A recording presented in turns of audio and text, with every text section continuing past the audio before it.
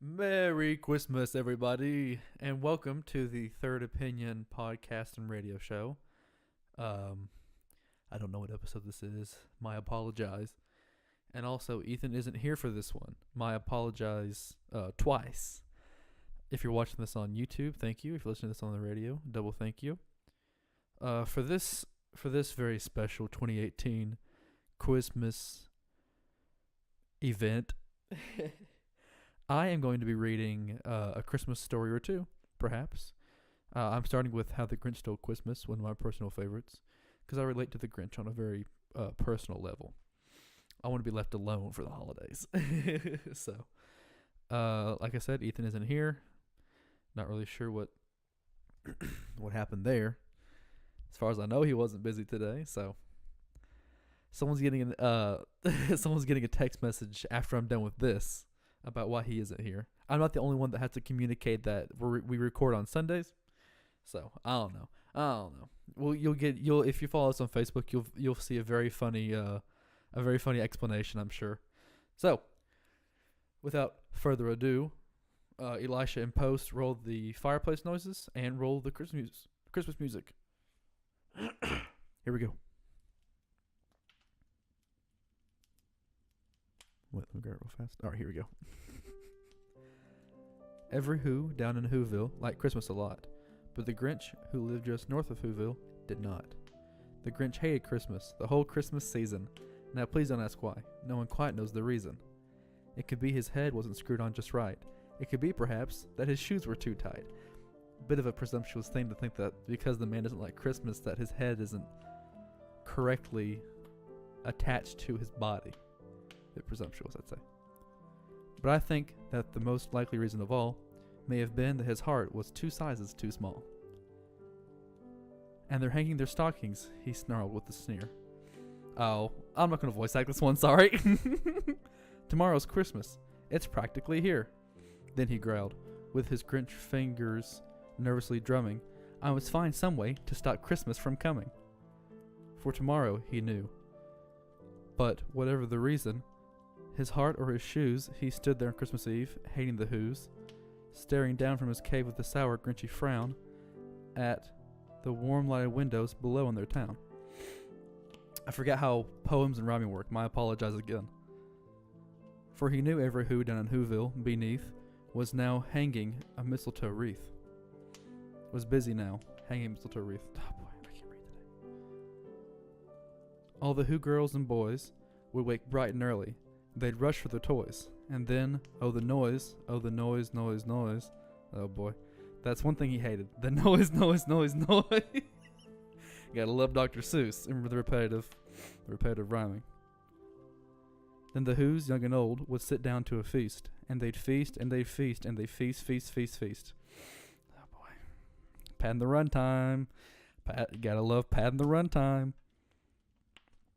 They would feast on Who pudding and rare Who roast beast, which was something the Grinch could not stand in the least. And then they'd sing and they'd sing. Wait, hold on a second. Okay, never mind. And then they'd do something he liked least of all. Every Who down in Whoville, the tall and the small, would stand close together, the Christmas bells singing. They'd stand hand in hand, the Whos would start singing. The formatting, I'll throw up a picture, the formatting's really weird. They'd sing and they'd sing, and they'd sing. And the more the Grinch thought of this Who Christmas sing, the more the Grinch thought, I must stop this whole thing. Why, for 53 years I've put up with it now. Good Lord, 53 years. Whew. Anyway, I must stop this Christmas from coming. But how? Then he got an idea, an awful idea. The Grinch got a wonderful, awful idea. All I need is a reindeer, the Grinch looked around. But since reindeer are scarce, there was none to be found. You know why there's no reindeer to be found? Because of where the Grinch lives are not native or of global warming. I'm just saying. Excuse me. Did that stop the old Grinch? No, the Grinch simply said. If I can't find a reindeer, I'll make one instead. See, that's the man that tackles his problems. So he called his dog Max, and he took some red thread, and he tied a big horn on the top of his head. I know just what to do, the Grinch laughed in his throat. And he made a quick Santa Claus hat and a coat. And he chuckled and clucked, what a great Grinchy trick. With this coat and this hat, I look just like Saint Nick. Then the Grinch said, "Giddy up." And the sleigh started down, toward the homes where the Who's lay a snooze in their town. Then he loaded some bags and some old empty sacks on a ramshackle sleigh, and he hitched up old Max. All the windows were dark, quiet now filled the air. All the Who's were dreaming sweet dreams without care. When he came to the first little house on the square, "This is stop number 1, the old Grinchy Claus hissed, and he climbed up the roof, empty bags in his fist. So, I don't want to say that the Grinch is like a thief. He is. But it seems his reasoning behind stealing everyone's Christmas stuff, I understand it. I get it, you know? I don't know. What I want to know is, what do you think the Grinch was going to do with this stuff once he was... So let's say hypothetically, and I'm pretty sure at the end of the story he does steal everything. Spoiler alert, sorry. He does steal all of the Christmas stuff, presents, lights, decorations. He steals legitimately everything. What is he going to do with all this stuff? Like, is he going to sell it for a profit? Is he going to, like, give it back after Christmas? Or what that... I don't know what the Grinch was going to do with all this stuff is what I'm asking. And if you do, let us know in the comments down below. Anyway, let's continue. Then he slid down the chimney, a rather tight pinch. But if Santa could do it, then so could the Grinch. He got stuck only once for a moment or two. Then he stuck his head out of the fireplace flue, where the little Who's stockings all hung in a row. "These stockings," he grinned, "are the first things to go." Then he slithered and slunk with a smile most unpleasant, probably like mine right now if you're watching the video, around the whole room, and he took every present. Pop guns and bicycles, roller skates, drums, checkerboards, tricycles, popcorn, and plums. And he stuffed them in bags. Then the Grinch very nimbly stuffed all the bags, one by one, up the chimney?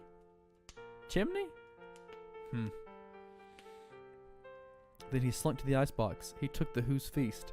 He took the Who pudding. He took the roast beast. He cleaned out that icebox as quick as a flash. Why, that Grinch even took their last can of Who hash. Ah, man, you can't take the last can of Who hash. At least save one for somebody else, my man.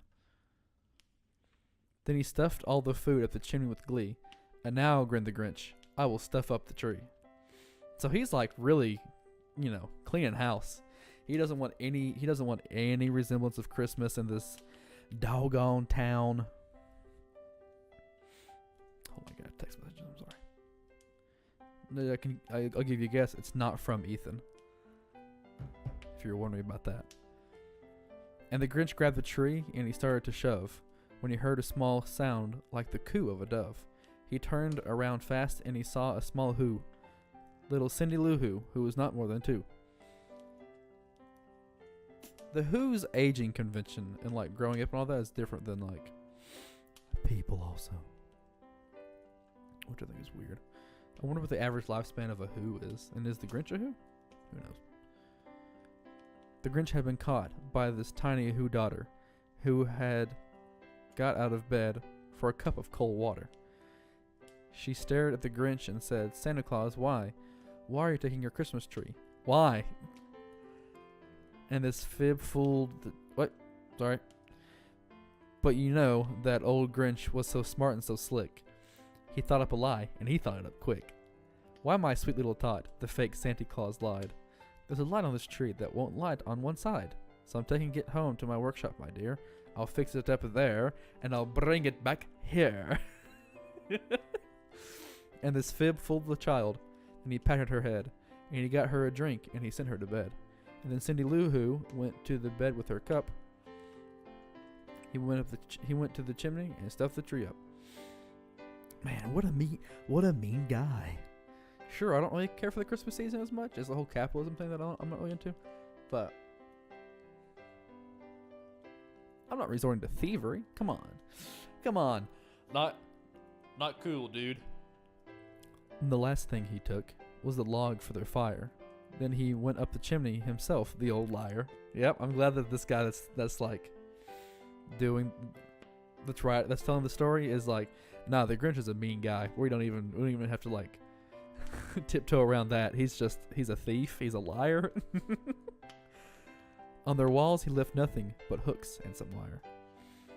And the one speck of food that he left in the house was a crumb that was even too small for a mouse. Then he did the same thing to the other Who's houses, leaving crumbs much too small for the other Who's mouses. Big mouse problem in the Who village, it sounds like. It was 1/4 dawn, all the Who's still abed, all the Who's still a snooze, when he packed up his sled. Packed it up with their presents, the ribbons, the wrappings, the tags and the tinsel, the trimmings, the trappings. What is the trappings, you wonder? 3,000 feet up the side of Mount Crumpet, he rode with his load to the tip-top to dump it. Pooh-pooh to the Who's, he was grinchishly humming. They're finding out that no Christmas is coming. They are just waking up. I notice what they'll do. Their mouths will hang open a minute or two. Then the Who's down in Whoville will all cry, boo-hoo. That's a noise, grinned the Grinch, that I simply must hear. So he paused, and the Grinch put his hand to his ear. And he did hear a sound rising over the snow. It started in low, then it started to grow. But the sound wasn't sad. Why, this sound sounded merry. It couldn't be so, but it was merry, very. He stared down at Whoville. He stared down at Whoville. The Grinch popped his eyes. Then he shook. What he saw was a shocking surprise. Ooh, the color palette on this thing changed. It went from being white with a few reds to being mostly red with white, and it was a real shock. Every Who down in Whoville, the tall, the small, was singing without any presents at all. He had not stopped Christmas from coming. It came somehow or other. It came just the same.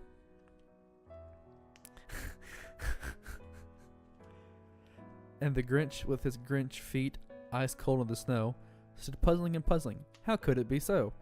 It came without ribbons. It came without tags. It came without packages, boxes, or bags. He puzzled 3 hours till his puzzler was sore. Then the Grinch thought of something he had not before. Maybe Christmas, he thought, doesn't come from a store. Maybe Christmas, perhaps, means just a little bit more. And what happened then? Well, in Whoville they say that the Grinch's small heart grew 3 sizes that day. And the minute his heart didn't feel quite so tight, he whizzed with his load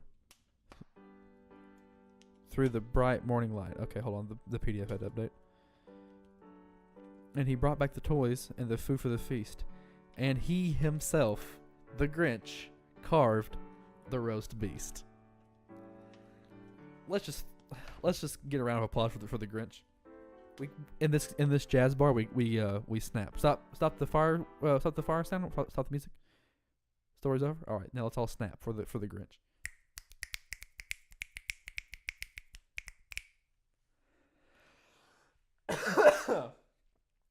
All right, I'm gonna go ahead and get the next one ready. So we're gonna do a little bit of a cut right here. Welcome back, everybody. I took maybe a few seconds to find us another story. I figured a good one to do would be "'Twas the Night Before Christmas." "'Twas the Night Before Christmas" was first published in 1823 as account of a visit from St. Nicholas in the Troy Sentinel, later attributed to Clement Seymour and renamed. Enjoy your collection. That's all that's on the webpage here. All right, so "'Twas the Night Before Christmas." Wait, sorry. Get the fire playing again and get the music playing again. Thank you. "'Twas the night before Christmas, when all through the house not a creature was stirring, not even a mouse. The stockings were hung by the chimney with care, in hopes that Saint Nicholas soon would be there. I apologize. I'm not reading a fun one anymore. I'm reading just like a very serious, wholesome story. The children were nestled all snug in their beds, while visions of sugar plums danced in their heads. And Mama in her kerchief, and I in my cap, had just settled our brains for a long winter's nap. So whenever I was younger, I thought that winter snap was like a different than like sleeping, I guess. I don't know. I was a real weird kid. If that's not something on the table, if that wasn't, evident. I don't even know what a kerchief and like why would someone wear a cap when they go to bed to keep their ears warm? Whatever. Anyway, when out on the lawn there arose such a clatter, I sprang from the bed to see what was the matter. Away to the window I flew like a flash, tore open the shutters, and threw up the sash. The moon on the breast of the new fallen snow gave the luster of midday to objects below. I don't know what that's supposed to mean. When, what to my wondering eyes should appear, but a miniature sleigh and 8 tiny reindeer. When a little old driver, so lively and quick, I knew in a moment it must be Saint Nick. More rapid than eagles, his coursers they came, and he whistled and shouted and called them by name.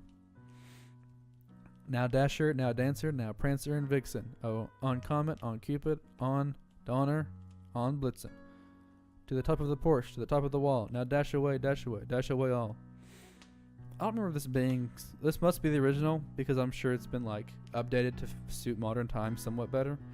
But I don't remember like so many extra words just being in here. As dry leaves that before the wild hurricane fly, when they meet with an obstacle mount to the sky, so up to the housetop the coursers they flew. Coursers? I don't know. They flew, with the sleigh full of toys and St. Nicholas too. And then in a twinkling I heard on the roof the prancing and pawing of each little hoof. Bit of a stretch for rhyming there. But if I do say myself. As I drew in my head and was turning around, down the chimney St. Nicholas came with a bound. He was dressed all in fur, from his head to his foot, and his clothes were all tarnished with ashes and soot. A bundle of toys he had flung on his back, and he looked like a peddler, just opening his pack. His eyes, how they twinkled, his dimples, how merry. His cheeks were like roses, his nose like a cherry. His droll little mouth was drawn up like a bow, and the beard of his chin was as white as the snow. The stump of a pipe he held tight in his teeth, and the smoke it encircled his head like a wreath. You think so? So Santa Claus must be a magical figure, because I don't think that you can smoke a pipe all the time. Smoking's bad for you. This is like a known fact. No one's going to dispute that smoking's bad for you. Tobacco's bad for you. So he clearly must. I heard someone outside. He clearly must be a magical figure to be smoking a pipe all the time and be fine. He had a broad face and a little round belly that shook when he laughed like a bowl full of jelly. I was about to make a joke, but the next line is, he was chubby and plump, a right jolly old elf, and I laughed when I saw him, in spite of myself. A wink of his eye and a twist of his head. It's like the hit or miss meme. Soon gave me to know I had nothing to dread. He spoke not a word, but went straight to his work, and filled all the stockings, then turned with a jerk. And laying his finger aside of his nose, and giving a nod, up the chimney he rose. He sprang to his sleigh, to his team gave a whistle, and away they all flew, like the down of a thistle. But I heard him exclaim, ere he drove out of sight, Happy Christmas to all, and to all a good night. Sorry for making that one weirder than it needed to be. I can read it again if you'd like. Nah, I'm just playing. I'll just play. We like to have fun around here, especially whenever our friends are here to record with us. But I digress. Allow me to digress momentarily. All right. You know what? I'm done with this. Thank you so much. We're going to be having here's a fact. We're going to be having, me and Ethan at least, an end of year review. We have a video. Let's see if this comes out Christmas Day on Tuesday. and you're listening to this Monday and possibly Tuesday. I'm not really sure how the station's scheduling is going to work for this. But we have a fun video that was released on our channel, Third Opinion Media, about we did movie Secret Santa. So me and Trevor watched what's it called? Jingle All the Way. We watched the 1996 film called Jingle All the Way. Ethan got us that one to watch. And then we watched it, and me and Trevor reviewed it and talked. If you're familiar with the show Viewing Party, you know what it's, you know what we're all about. But then Trevor got us, me and Ethan, to watch Scrooged, which is pretty much a Christmas Carol, Charles Dickens' Christmas Carol, but like a modern retelling. And by modern, I mean it was set in the 1980s, 1988. So it's pretty like, it's pretty fun. It was a wonderful time. It was like a really, for Viewing Party at least, like a relatively brief, like 45 minutes for a video, with some really clever editing and some fun bits inside of it. We all had a really good time filming that. It was a lot of fun. So yeah, check us out on the channel Third Opinion Media. Check us out on Facebook, Third Opinion Media. Follow us on Twitter, Third Opinion Media. As Ethan says, don't follow us in real life. What a loser, dude. What a loser. He's not even here to make the dumb joke. He's such a weirdo. I love him. All right. Thank you very much for watching, and thank you very much for listening. See you guys in the next episode.